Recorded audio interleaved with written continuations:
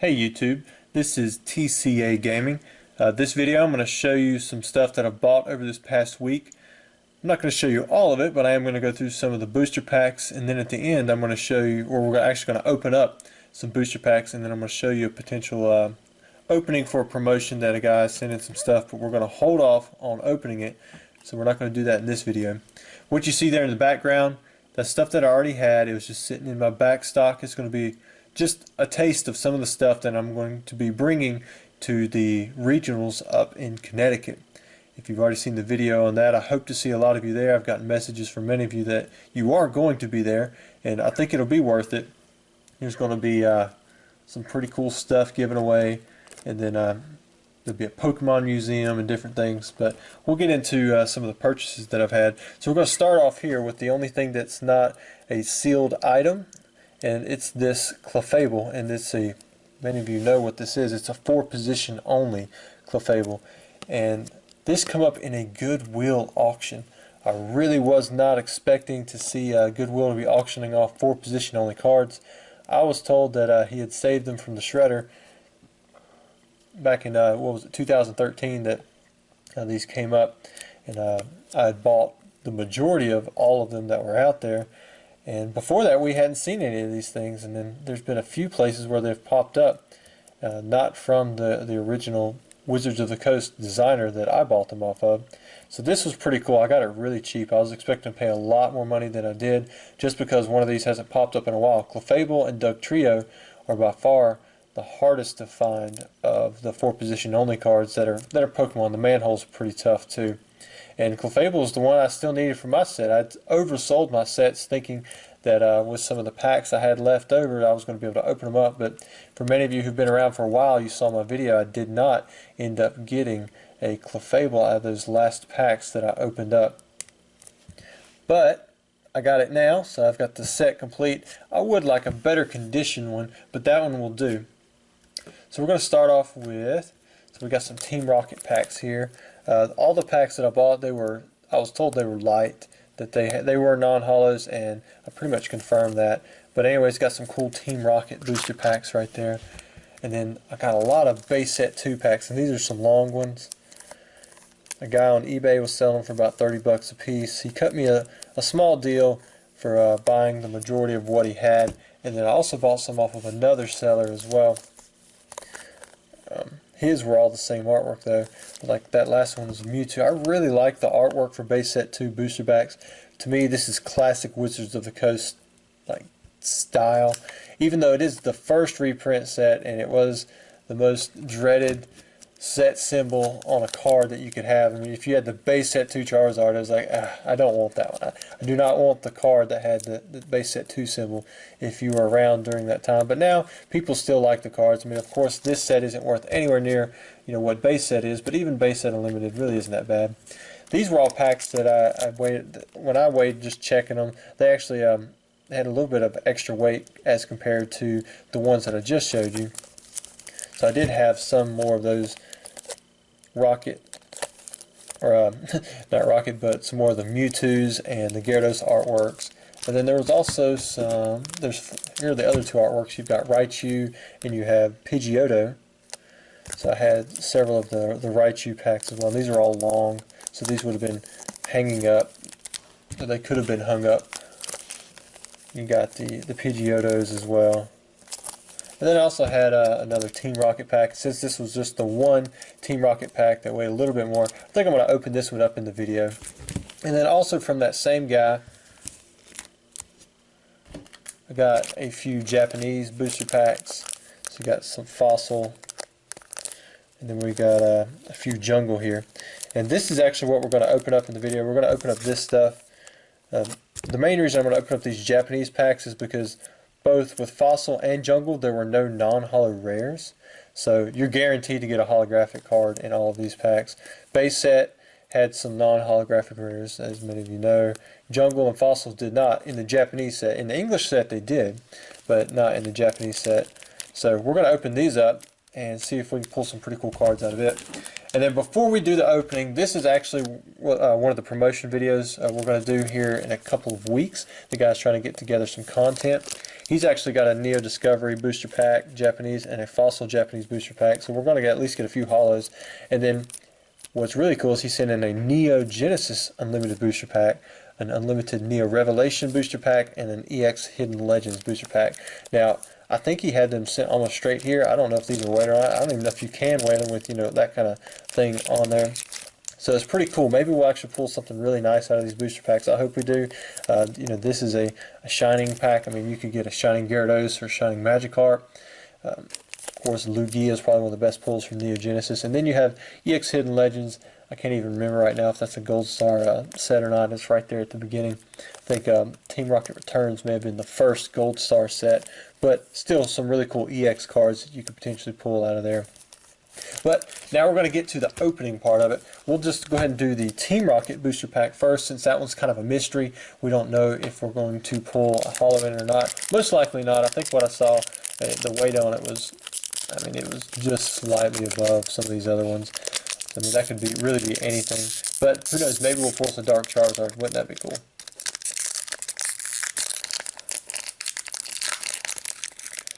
Alright. I saw that a lot of you really enjoyed that heavy first edition base set booster pack opening. We'll set that one off to the side just in case it is a holo. I was surprised that it got 20,000 views in 2 days. I've never had a video get that many views so quickly.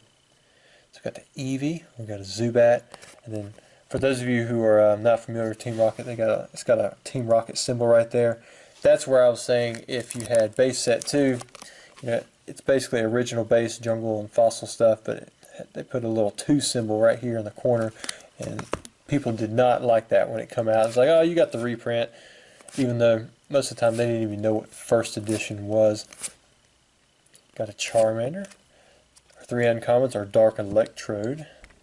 Got the probably New York City skyline there in the background. Well, not the skyline, but just in the city. Dark Flareon, now that's a good uncommon, probably one of the better ones you could get. And they got a Dark War Turtle, so the uncommons are really cool. Got 3 really good pulls. Let's see what we got over here. Wow, man, I tell you what, I've been getting lucky on these light booster packs, so maybe all these ones over here, I mean, maybe they do have a shot at getting holos in them, because we just pulled a Dark Dragonite, man, and it looks really good, too. I was not expecting that at all, and on top of that, we pulled a Dragonite. It wasn't even like a Muck, or not a Muck, or Golbat, or Weezing. It was one of the best holos you could pull out of the entire set. It's got a swirl right there in the holo. Man, looks really nice. You know, some of those base set packs, I sent out, somebody bought like 5 of them that were guaranteed light, and he told me that he actually pulled a holographic Mewtwo out of them, so who knows, I guess you can't really ever tell for sure. Just heavy is a good indicator that there's nothing going to be inside of it, or that there is going to be a holo inside of it. So now we've got 4 fossil, and we've got 2 jungle booster packs as well. I'm going to start with the 4 fossil just because we have 4 of those. Maybe I'll do 3 and then a jungle, and then I'll finish with a fossil and a jungle. So if these packs don't open really easy, I'm going to take the scissors to them just to kind of preserve them. But I think Japanese packs do pretty well with opening at the seal. This one started out good. Looks like it's got kind of gummy layer. Now I can't remember at all if it's the holo is the first card or the last card, or oh, it's the first card. So I guess I'll know for the next pack. I'll take the first card and show it last. So we do have us a Kabuto, or a Kabutops holographic. Looks to be in great condition. Japanese cards have really good stock. Usually, as long as their centering is okay, you've got a good shot at pulling a PSA 10 right off the bat with them. It's got us an Ammonite, got an Ekans, Cloyster, Energy Search, Geodude, Golbat, a Krabby, Horsey, and an Arbok. So it looks like the commons and uncommons are mixed in. I'm not an expert on opening up Japanese product. As many of you could probably tell from the very first pack that I opened. And as far as I know, there aren't really any errors within the card set itself for Japanese Wizards of the Coast sets anyways. I've run across a ribbed card once, and you could tell it was like a Japanese ribbed card because their seals are a little different. They got these little dots instead of long lines.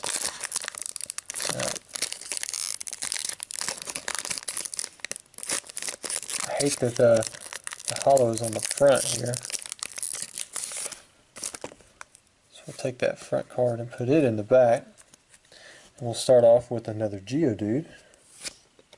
Got a Krabby, Golbat, Horsey, another Energy Search, Graveler, Slowpoke, Shelter, got some Magmar, and Lapras.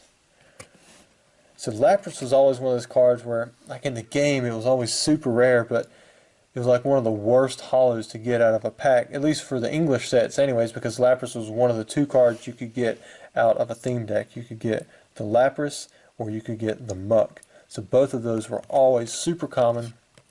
I think for Jungle it was Kangaskhan and Vaporeon.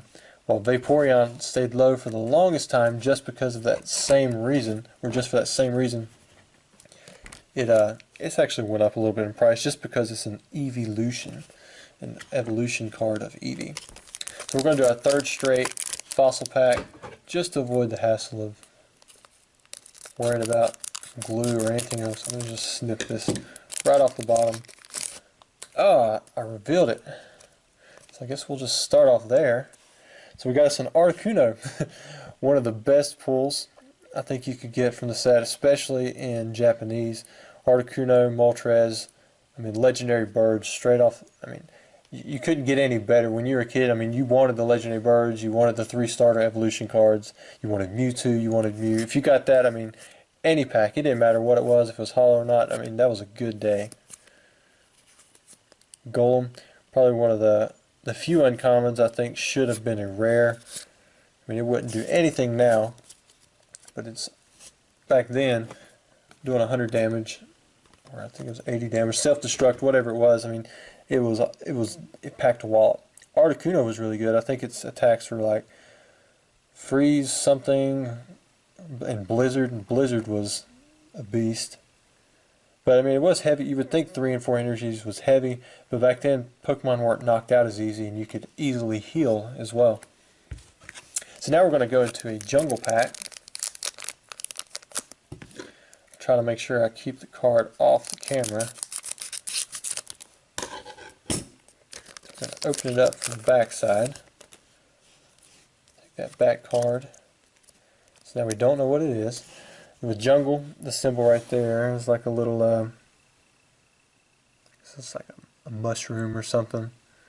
One of those big flowered plants that you see on the Discovery Channel. I think it smells really bad, but it's like 5 feet in diameter or something like that. That's what it kind of reminds me of. There's Rhyhorn, Parasect, Jigglypuff, got Bellsprout. I think it might be the next card. Well, be after this one. So we have Seeking and Snorlax. Oh yeah, Snorlax was always a favorite. I still think it's a fan favorite when you're going through packs.